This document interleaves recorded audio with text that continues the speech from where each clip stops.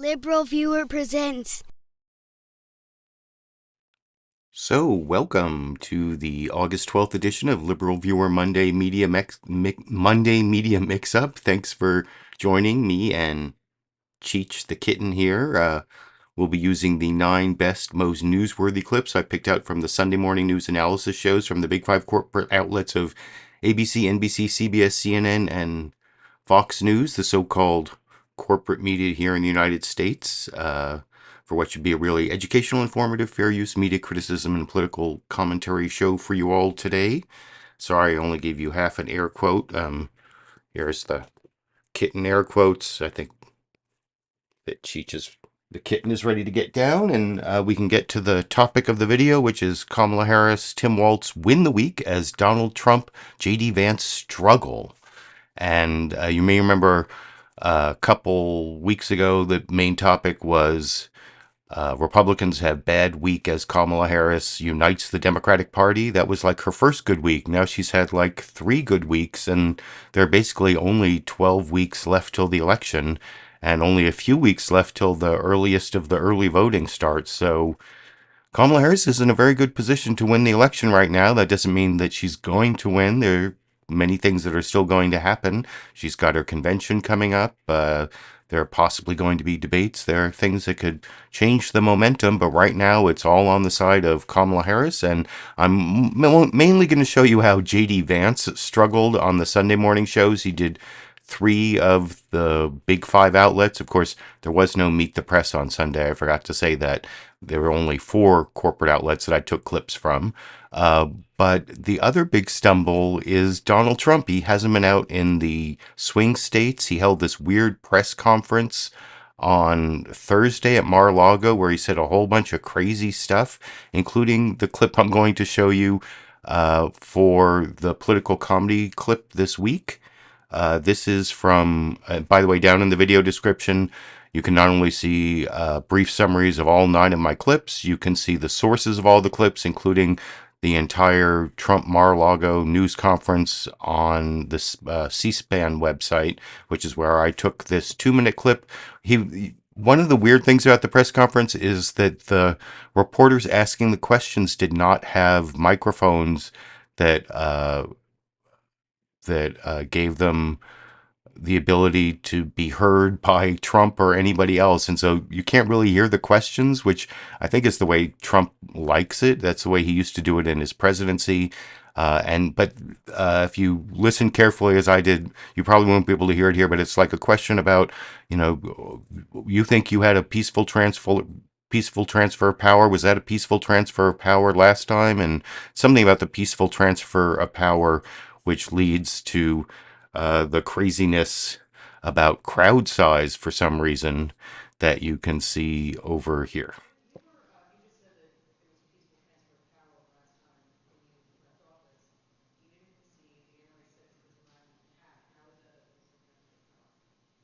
What's your question?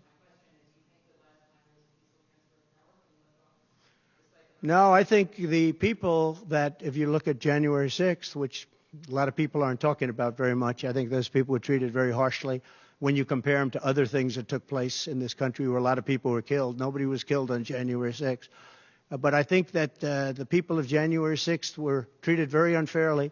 And they were there to complain, not through me. They were there to complain about an election.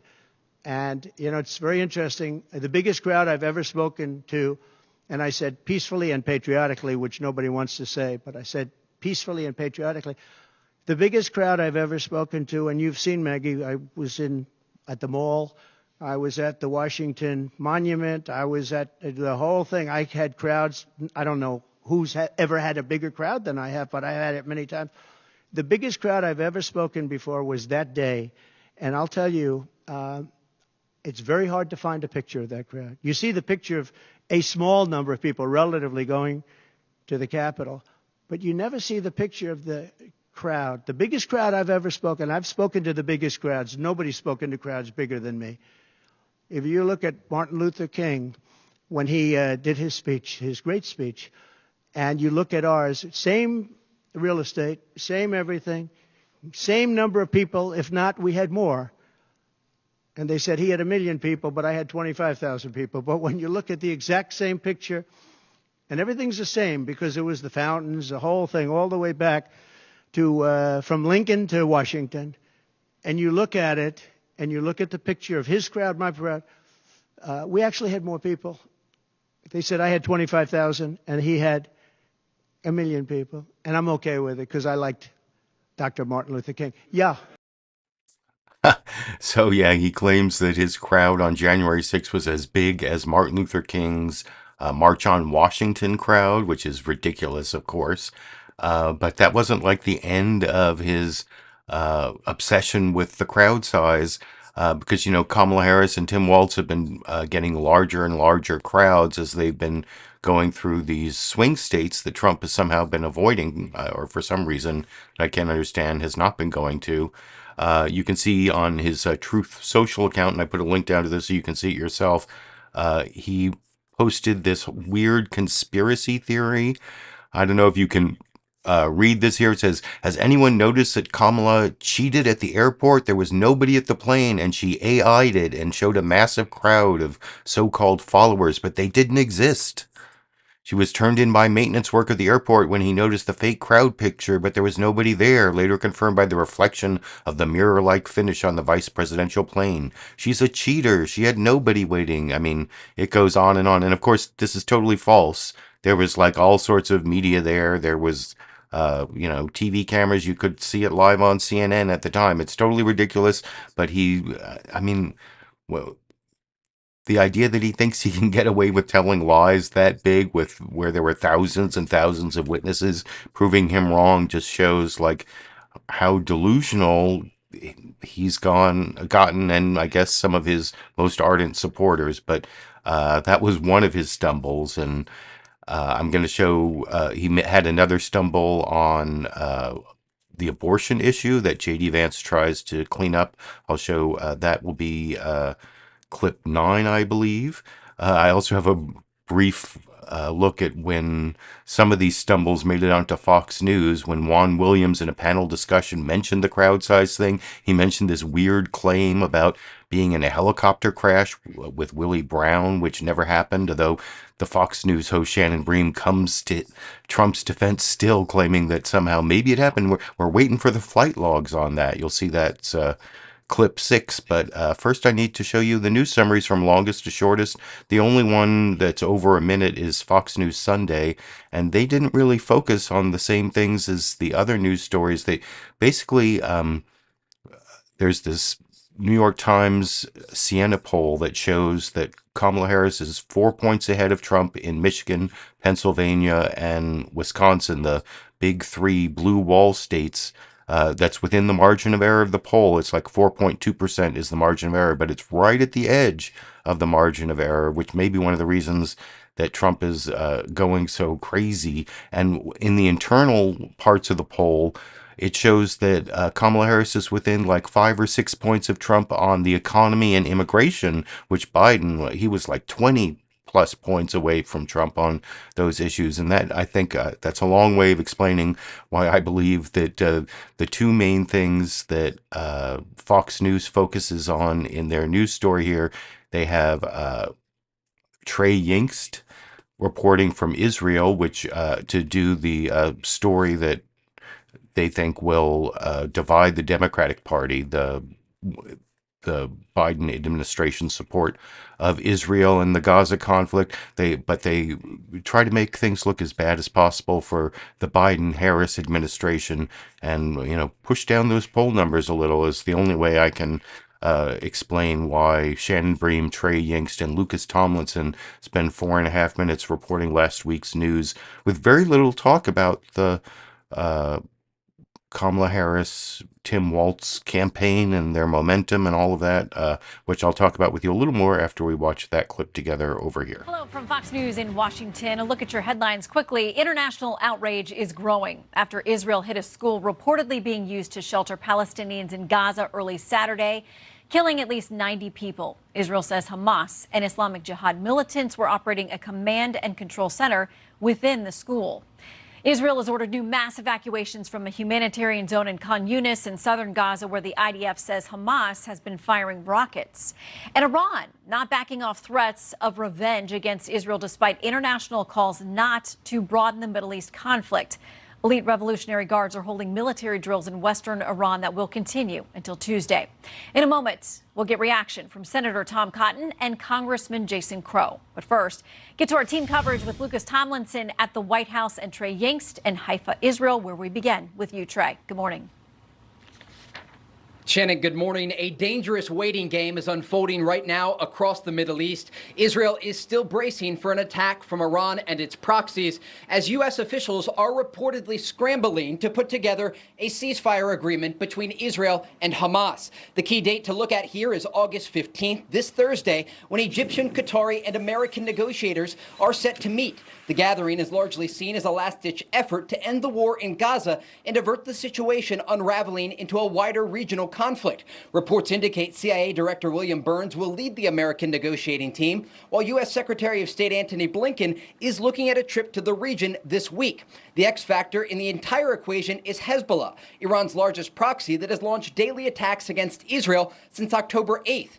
The group has promised to target major Israeli population centers in response to the killing of Hezbollah commander Fawad Sukar in Beirut earlier this month. Now, overnight, Hezbollah launched rockets and drones into northern Israel in response to a targeted strike in southern Lebanon the day before. It's unclear if Hezbollah will be held back by Iran, its main funder and supporter in the Middle East. Now, an Israeli defense official told Fox News over the weekend that coordination continues between the Americans and the Israelis to prepare for a worst-case scenario of a large-scale attack against Israel and the possibility of a larger war.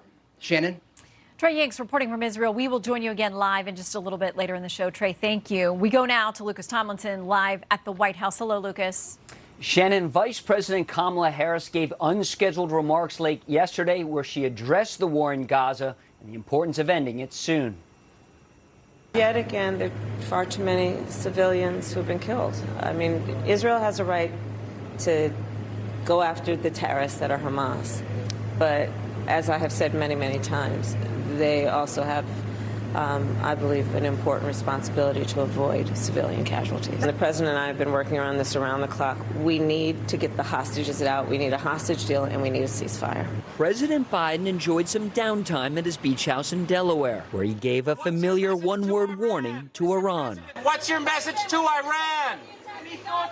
Former President. While the White House awaits Iran's response, it's Ukrainian forces taking the world by surprise, launching an incursion into Russia's Kursk region, an operation that has the support from the Pentagon with one caveat. It is consistent with our policy, and we have supported Ukraine from the very beginning. We don't support long-range attacks into Russia. Days before Russia launched its full-scale invasion of Ukraine in 2022, Vice President Kamala Harris spoke at the Munich Security Conference. If Russia further invades Ukraine, the United States, together with our allies and partners, will impose significant and unprecedented economic costs. Former President Donald Trump insists Russia would not have invaded under his watch. He also claimed he would have made a deal with Iran. Iran can't have a nuclear weapon. It's very simple. We would have gotten along with Iran.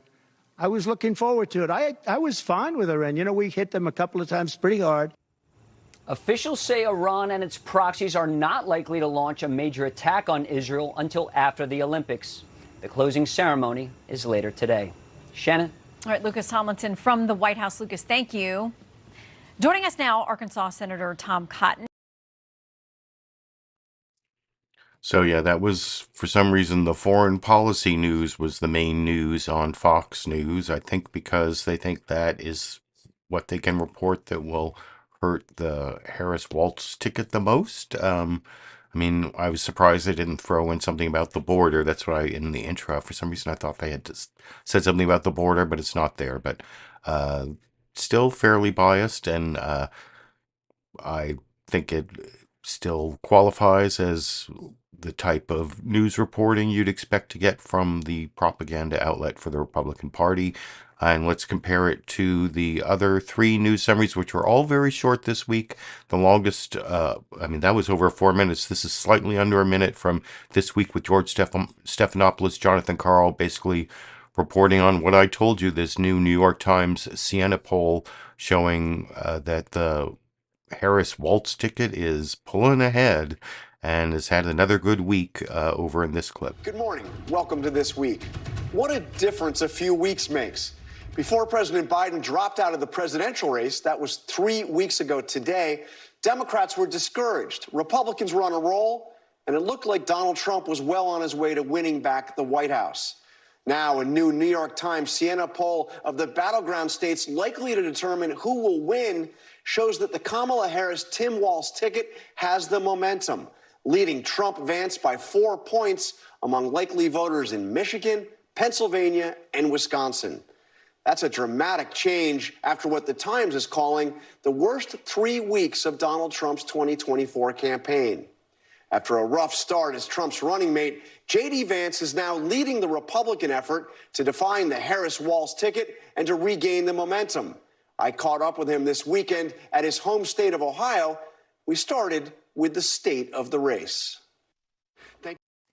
And like I said, I'm going to have 3 different clips of JD Vance kind of struggling to make up for the problems that the Trump-Vance campaign is having. Their worst 3 weeks, as you saw from the New York Times there. And that's basically the same brief news summary you get from CNN's State of the Union here, where Dana Bash explains that the Trump-Vance ticket is scrambling as their lead they had against Biden has evaporated over in this clip. Hello, I'm Dana Bash in Washington, where the State of our Union is watching a real race now.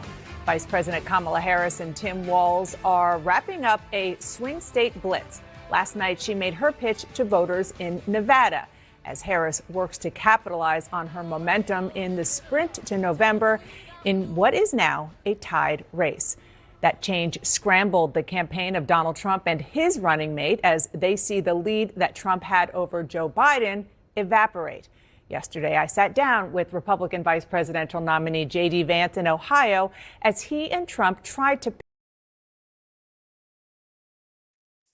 Well, I think I cut that clip off a little too soon there, but you'll see a clip from that interview. I'll show you a clip from each of the 3 JD Vance interviews on CNN, ABC, and CBS.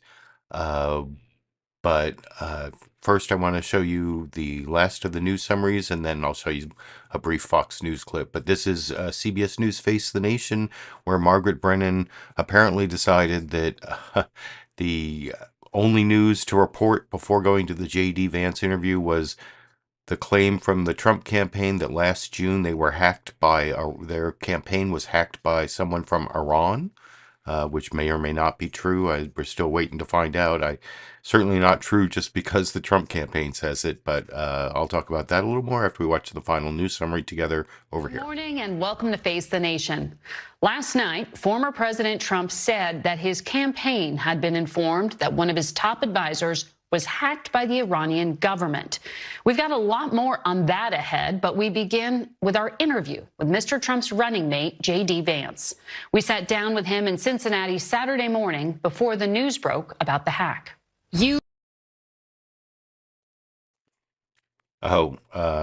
Yeah, so that's the final news summary. I saw in the live comments there that someone, yada, yada, yada, was mentioning that the Trump-Musk interview, maybe that's where some of my regular viewers are over watching the Trump-Musk interview that isn't happening, apparently. But anyway, you can watch it after I'm done. I'm about halfway through the show already, it seems like, and you saw the news summaries. I don't know who you think did it better. I think ABC in the 1 minute probably did it better than any of the other ones, but it's kind of slim pickings on news summaries this week anyway. You can let me know what you think in the comment section. And I mentioned earlier that on Fox News, they did not really talk much about the stumbles of the Trump-Vance campaign, some of the crazy things Trump has been saying, the whole like crowd size thing, and the Willie Brown helicopter crash story that turns out not to be true. The only brief mention all of it got was over on the panel discussion where Juan Williams like took a brief left turn into non-Fox News territory. You know, he's supposed to be on the left, so I guess it's right for him to take a left turn. And he's answering a question about, you know, aren't the Democrats, the enthusiasm that we're seeing for the Harris-Walz campaign really just their relief that they don't have to support Joe Biden anymore? That's like the non-biased Fox question. But Juan Williams does sort of take it to a place you don't see on Fox a lot over in this clip. And one, fair to say that Democrats are reacting from what Jillian said is sort of this sense of relief. This, you know, we've heard about the double haters for the past year who didn't want this rematch, didn't want either of these tickets. But Democrats obviously buoyed by the fact that they have a whole new option. Absolutely. And that's driving crowds and everything else. Yeah, I think what you call them double haters, people who didn't like Trump or Biden. And I think there's also this sense of, you know, we've been through that race. It's like a TV show that's a rerun. We've seen that show. Oh, this is new. This is different. I think people are like, oh, what's this about, right? So some of that enthusiasm that Jillian's talking about. I would say that if I just look at the polls, what I see is that Harris has, to my mind, consolidated now some of the undecideds, in addition to revving up her base, the base that really was drifting away from Biden. And I think that's what's driving her numbers. I would just caution people that Trump's numbers haven't gone down. Trump is still in that high 40s bracket. And remember, Trump won the election in 2016, even though he lost the popular vote. He won the Electoral College. That's still a possibility. He didn't help himself this week, by the way, going after the governor, Republican governor of Georgia. He doesn't help himself saying he's got a bigger crowd than Martin Luther King Jr. or saying he's in a helicopter crash with Willie Brown. Yeah, that story continues. He says he's got flight logs that will give us more data on that. But I would note that the Trump team also says on the New York Times polling that they point back to 2020 and how far it was off with what the ultimate results in those key states were. So they say there's a lot more to that story. So panel, stay with us because we've got a lot. So yeah, Shannon Bream trying to clean up a little there, both on the New York Times story. Well, you know, the polls, they don't matter, except all the time when Biden was behind in the polls. Then I guess the polls mattered. But, you know, the New York Times Sienna poll was like gospel on Fox News when it was bad for Biden. But now the Trump, she has to like give the caveats from the Trump campaign. And she's still like supposedly believing this Willie Brown helicopter crash story after all the like stories they went after Joe Biden for, his like uncle eaten by cannibals story and the corn pop thing, all these like weird stories that turned out not to be true or to, well, Willie Brown has said it's not true. It looks like it's probably some like LA city councilman who, you know, another black California politician who's not Willie Brown might have been in a helicopter crash with Donald Trump, but he can't like remember who's who. I mean, why is Fox News cleaning up for him? Why is that the only mention of it on Fox News when Juan Williams uses it in an answer to a question that was totally biased against Democrats to begin with? But anyway, that's the last of the Fox News bias for the week, because the last three newsmaker clips before the bonus Cheech and Chong clip, I have a blanket battle. Cheech and Chong, the kittens, are going to have a blanket battle in the final clip. And before I get to that, though, I want to show the three news anchors from CNN, ABC, and CBS doing battle with JD Vance, also having to do with cats. The first two are kind of the continuation of the childless cat lady comments that JD Vance made. My one criticism is they don't really show that clip anymore. I think, where is it? The JD Vance crazy cat lady clip was didn't I show that last week? Or maybe it was the previous week. Was it yeah, maybe it was the previous week I showed the crazy cat lady. Oh yeah. Right. So just to remind you, Here's the crazy cat lady. Wait. We're effectively run in this country via the Democrats, via our corporate oligarchs, by a bunch of childless cat ladies. And how does it make any sense that we've turned our country over to people who don't really have a direct stake in it?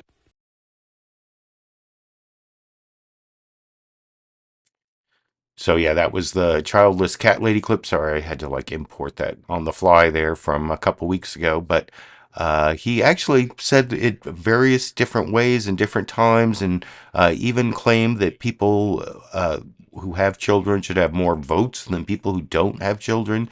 And so first, I'll show you how they dealt with it on CNN, and specifically, they followed up. He had used this line of attack to go to criticize Pete Buttigieg and Kamala Harris, even though they have kids. And that's something that Dana Bash brings up in her follow-up to the crazy cat or the childless cat lady question to JD Vance yesterday over here. King is doing a project talking to voters all over swing states. He talked to Republican voters in the critical swing state, must win, I would say, swing state of Pennsylvania. Of course. One of them, Carol Carty, said she was almost a childless dog lady because she didn't happen to meet the right person until she was 40 years old. Another, Joan London, was offended that you don't think she has a stake in the future of the country because she doesn't have children. What do you say to key voters like that, Republicans, swing voters? Who are put off by your views? Well, what I would say, Dana, is if you look at what I said in context, the Harris campaign has frankly lied about what I actually said. I'm pro-family. I want us to have more families, and obviously sometimes it doesn't work out, sometimes for medical reasons, sometimes because you don't meet the right person. But the point is that our country has become anti-family in its public policy. Let me just give you an example of this. So after our second child was born, my wife and I, we have 3 little kids. After our second child was born, we get the baby home from the hospital. We get this ridiculous out-of-network medical bill that is financially shocking, and we're pretty well off. And that happened because we have ridiculous laws in this country that are anti-family. I've sponsored legislation to try to fix things like that so moms and dads don't get these surprise medical bills. I think it's important for us to be pro-family. That's all that I've ever said. If you want to be pro-family, I want to, because you do criticize, as you just did, the Democratic Party for being anti-family. I do. You called out Kamala Harris and Pete Buttigieg in particular. Kamala Harris has 2 stepchildren. Pete Buttigieg and his husband have adopted twins. Do you recognize them as parents and more broadly as being part of families? Well, of course I do, Dana. I mean, you know my life story. I was actually raised. I was raised, but Dana, I was raised. I mean, one of the first people that I gave a hug to after my RNC convention speech was my stepmom, who's been an incredibly important person in my life. So she's not childless. My kids call her Mamaw. Of course she's not childless, but again, you called her that. The criticism. I certainly did not call my own stepmother childless. Kamala Harris. I criticized Kamala Harris for being part of a set of ideas that exists in American leadership that is anti-family. I never, Dana, criticize people for not having kids. I criticize people for being anti-child. And I do think that Kamala Harris has made some bizarre statements. She has said things like, it's reasonable not to have children over climate change. I think it's the exact opposite message we should be sending to our young families. I want to expand the child tax credit. I want to stop those surprise medical bills. I want to make housing more affordable so that if you have a young family, you can actually afford to put them in a home. And I think that it is unfortunate that so much of our public leadership has become anti-family. One final point on this, Dana, if you go back to the COVID era, one thing that really frustrated me and motivated some of these comments is we were at a point where we were kicking kids out of school. We were masking 3-year-olds and putting the masks back on them, even as they were trying to rip them off at school. I think that if we had more people who took the right perspective and had a little bit more understanding of how little kids actually operate, we would not have made so many of those mistakes during COVID. That's a whole other conversation because no, people didn't know. Related to this because people didn't know as much because it was literally a novel virus. But Dana, you asked me about you've now asked me 3 questions about comments that I made 3 years ago. I wonder what Kamala Harris thinks about the fact that she supported policies that opened the American southern border. I wonder what Kamala Harris thinks about the fact that she lied to the American people about Joe Biden's mental facility for the office. You are interviewing me, Dana, because I respect the American people enough to sit down for an interview. I appreciate that. Kamala Harris has been the nominee for 3 weeks. She hasn't sat down for a real interview. interview. Believe me, we are asking. You're not going to get a disagreement there. But the point is, Dana, you've got me for 15 minutes or however long you have me. We should be talking about public policies that matter. How are we going to lower inflation? How are we going to reduce the cost of food and housing? How are we going to close down that southern border? We've talked so little about that. We've talked a lot more about a sarcastic remark I made 3 years ago. I think we should talk about the issues that most Americans care about. I only asked you one question about that. I asked you about policies, and I was asking about the military record that you brought up, nobody else did, of Tim Walz. One last question. So yeah, you see JD Vance push back on the number of questions, which you'll see that happens again in the clip after next. And he got away with a lot in that answer from Dana Bash, I think partly because she didn't show the actual clips that she was asking him to explain. He got the Democrats are lying about what I said. He got away with saying that.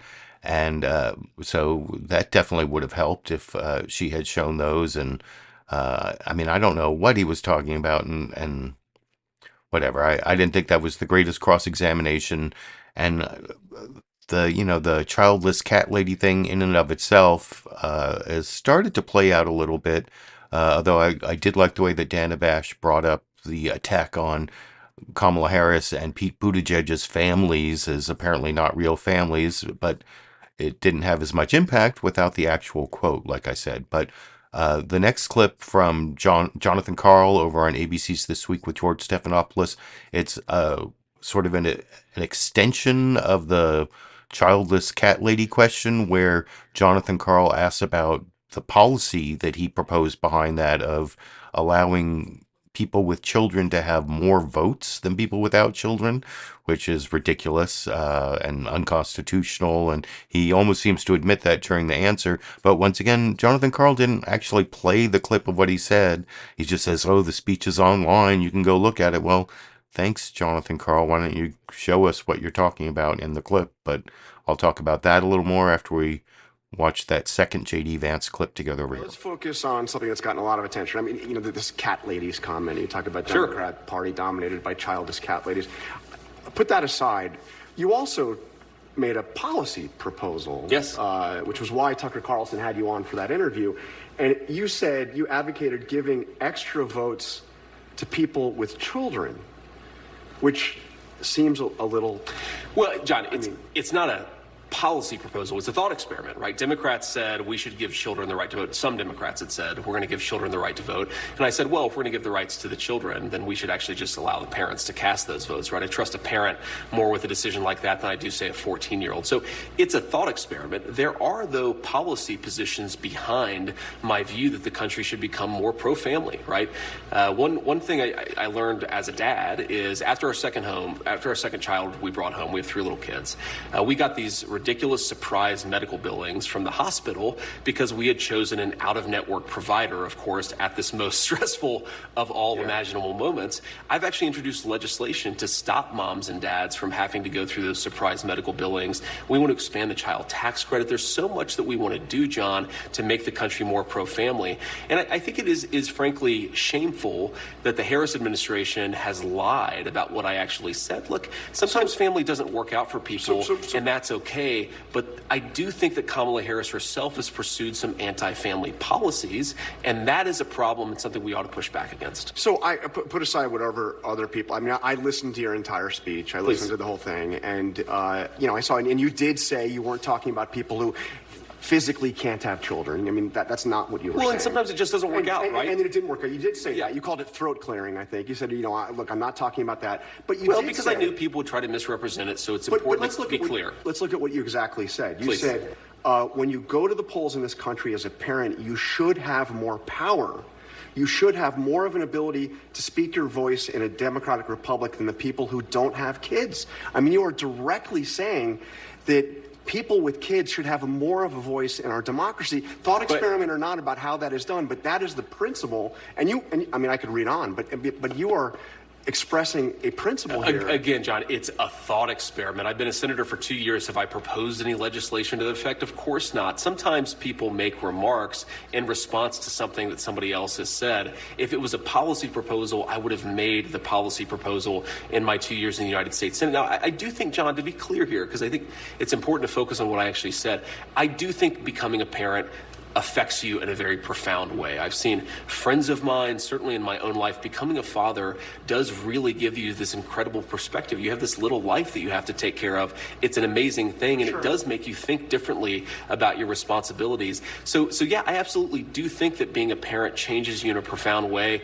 I do not think that we ought to be changing the way that we do votes in this country. I was responding to a Democratic proposal in a very, very thought experiment way. And you predicted that you would get attacked. You said, I'm sure the Atlantic, the Washington Post will come out and say, well, doesn't this mean non-parents don't have as much of a voice as parents? Doesn't it mean that parents get a bigger say in how our democracy functions? Yes, absolutely. So do you regret saying that? You take that back? Look, John, again, I'm talking about a thought experiment here. And do I regret saying it? I regret that the media and the Kamala Harris campaign has frankly distorted what I said. How's that distorting what I just read your words? How's that distorting what you said? Because they have turned this into a policy proposal that I never made, John. I said I want us to be more pro-family, and I do want us to be more pro-family. And I do think, look, when you're a parent and you have children, you obviously have a different perspective, and I said that too, and I certainly believe that. But I think that the idea, John, that I actually want to change the American voting system to give 12-year-olds the right to vote and then to give control over it to their parents, it's ridiculous. I never said that. I was responding to a Democratic line. Okay. I mean, it was a speech on the. Anyway, we'll people. The speech is online. People can Please, watch the but in the beginning, John, I say Democrats have proposed giving these rights to children. I say if we're going to give them to children, let the parents cast that vote. So I want to ask you about abortion. So everything he said in the speech is like not operative because he was responding to a ridiculous proposal from Democrats, and so all the ridiculous things he said are non-operative. It's a thought experiment. What kind of defense is that? He experimented briefly with trying to think, and it didn't turn out well. I guess that's is that what he means by it was a thought experiment? I don't know. That's all I can think of to go with that. But you saw that Jonathan Karl then was actually moving on to abortion, and I'm going to show you the actual question on abortion that JD Vance answered on CBS News' Face the Nation from Margaret Brennan, where she followed up on another big mistake that Donald Trump made at his Mar-a-Lago press conference, where he seemed to say he was open to having if he becomes president, his FDA will ban mifepristone, which is the drug that about 60% of abortions are performed using this one of two drugs, mifepristone and misoprostol. The mifi-miso combo are the way that the majority of abortions occur in the United States, and Trump seemed to say that he was going to stop all that, even though the Supreme Court knocked out a suit on that because of lack of standing. The people who brought the suit didn't have an injury to bring the suit, but they didn't say whether the mifepristone could withstand an assault by people who did have a real claim, and that's probably coming up in a later Supreme Court term. I guess we'll see. But here's JD Vance trying to clean that up and not doing a very good job of it on CBS News' Face the Nation for the final newsmaker clip we're going to watch today together over here. Supported the Supreme Court ruling recently on mifepristone, the so-called abortion pill, that ruled opponents lacked the legal right to sue over the FDA approval. That's right. This drug is used in like 60% of all abortions in the United States. In a Trump-Vance administration, Would you use the FDA to block access to this drug? Well, no. What the president has said very clearly is that abortion policy should be made by the states, right? You, of course, want to make sure that any medicine is safe, that it's prescribed in the right way, and so forth. But the president wants individual states to make these decisions because, look, Margaret, California is going to have a different abortion policy from Ohio, which is going to have a different abortion policy from Alabama. But that was actually different because after Dobbs, the Supreme Court took up this case. Yeah, but like they you viewed said, it as different. Sure, but like you said, on a matter of legal standing, but I think that what we really want is when states and voters in those states make decisions, we of course want the states and the federal government to respect those decisions, and that's what President Trump has said, is consistently we need to get out of the culture war side of the abortion issue. We need to let the states decide their specific abortion policy, and look, what President Trump and I want to do on family policy is make it easier for families to start in the first place. So at his presser this past week, Donald Trump seemed to indicate he was open to restrictions on mifepristone. He was asked by a reporter about this, and he said there are many things on a humane basis that you can do, but also give a vote. So he did seem to be indicating he's open to restrictions on this particular drug. First of all, even some of the reporters who were in the room at that press conference said it wasn't clear what the reporter was asking. Maybe he couldn't hear that person super clearly. So I don't want to put words in President Trump's mouth. What he has said very clearly in the debate is that he agrees with the Supreme Court decision, but more importantly, he wants these decisions to be made by the states. You personally signed on as the senator to a letter to the DOJ demanding it shut down all mail-order abortion operations under the Comstock Act. So would you seek to enforce that law differently? Well, what we said in that letter, Margaret, is that we want doctors to prescribe this stuff to ensure that it's safe. I mean, we do this with antibiotics, we do this with a lot of antidepressants, and we just want the FDA to make sure that doctors are prescribing this in a safe way. That's all that we ever said, and I believe that that is how President Trump feels about this, is again, you want the states to make these determinations. You also want to make sure the FDA is ensuring that these medications are safe for anybody who's taken them. It's been on the market for decades, and the FDA does say it is safe, but would antibiotics are safe, but we want to make sure they're prescribed by doctors and that doctors are properly monitoring this stuff so that people don't get hurt. And of course, Margaret, we've talked now, I think, for 6 questions about abortion. I'm still trying to get a clear answer. So for an FDA commissioner that you would be part of choosing, where that commissioner stands on this drug, would that determine whether or not they are chosen to be put in this key role? I think President Trump has clearly said there are no litmus tests on this particular issue. He just wants to make sure that drugs are safe and effective before they're out there in the market, and of course that doctors are properly controlling this stuff so that people don't get hurt. And again, Margaret, I mean, we talk about abortion. I think President Trump's views on abortion are extremely clear. You've been talking about the concern about the low birth rate.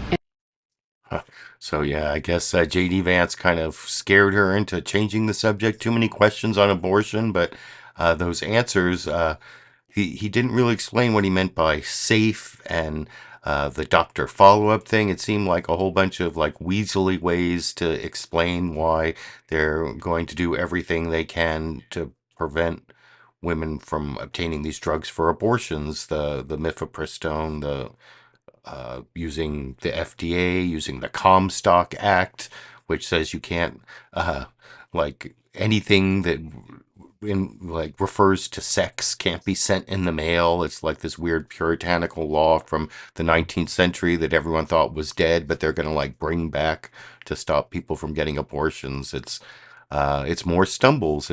It's a stumble from Donald Trump in his Mar-a-Lago press conference, and I don't think JD Vance did that great a job cleaning it up.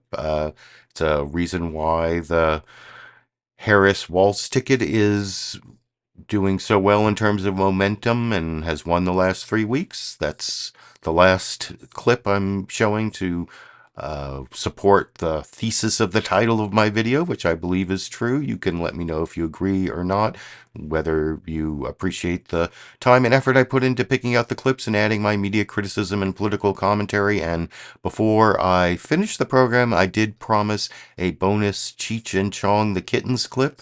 This is a blanket battle that I recently recorded I think there's a little cut in here because I cut about 30 seconds out of it, so it wouldn't be quite as long. Still slightly over a minute, and I don't know, there's something special about this blanket I'm going to talk to you about a little more after we watch the bonus Cheech and Chong clip together over here.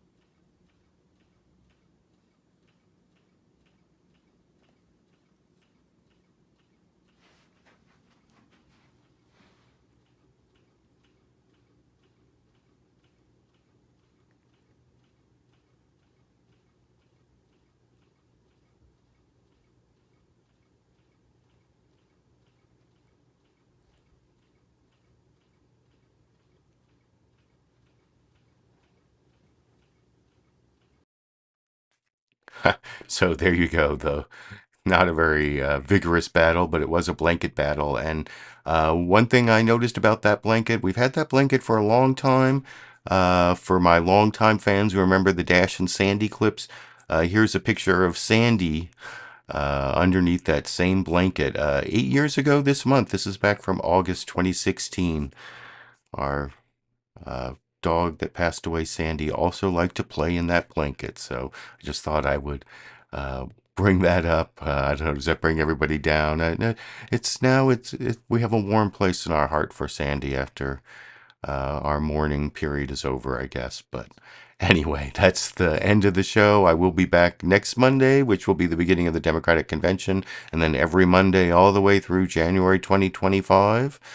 Which is, still another 5 months. And if I have some other reason to upload a video, I did briefly edit out a video to when Tim Walz was named to talk about whether he was too liberal last week. Maybe I'll do something like that this week. Maybe not. Otherwise, if I do have a chance to make some other video, I'll see you when I upload that. And otherwise, I'll see you next Monday and the additional Mondays through January. And until then, I guess I'll be seeing all of you around the internet.